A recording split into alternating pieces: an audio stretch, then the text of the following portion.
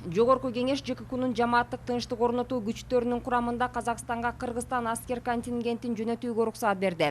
Белгилей кетсек, 5-январда казак тарап ЖКК катчылыгына, уюмдун жоболоруна жана юридикалык милдеттенмелерине ылайык Казакстанга тиешелүү аскерлерди жөнөтүү аркылуу тараптардын жардам көрсөтүүсүн тез арада уюштуруу өтүнүчү менен кайрылган.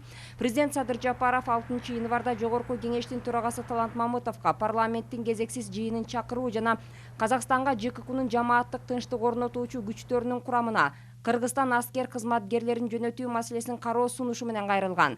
Кыргызстандын конституциясынын жоболоруна ылайык Жогорку кеңеш Казакстандын аймагында кырдаалды турукташтыруу жана жөнгө салуу максатында тынчтыкты орнотуу иш-чараларына катышуу үчүн жамааттык күчтөрдүн курамында Кыргызстандын аскерлерин жөнөтүүгө уруксат берди. Кыргызстандык тынчтык орнотуучулар стратегиялык маанидеги объектилерди коргоону камсыздоого тартылат. Алар Казакстандагы акциялардын катышуучуларына карата эч кандай аракеттерге тартылбайт.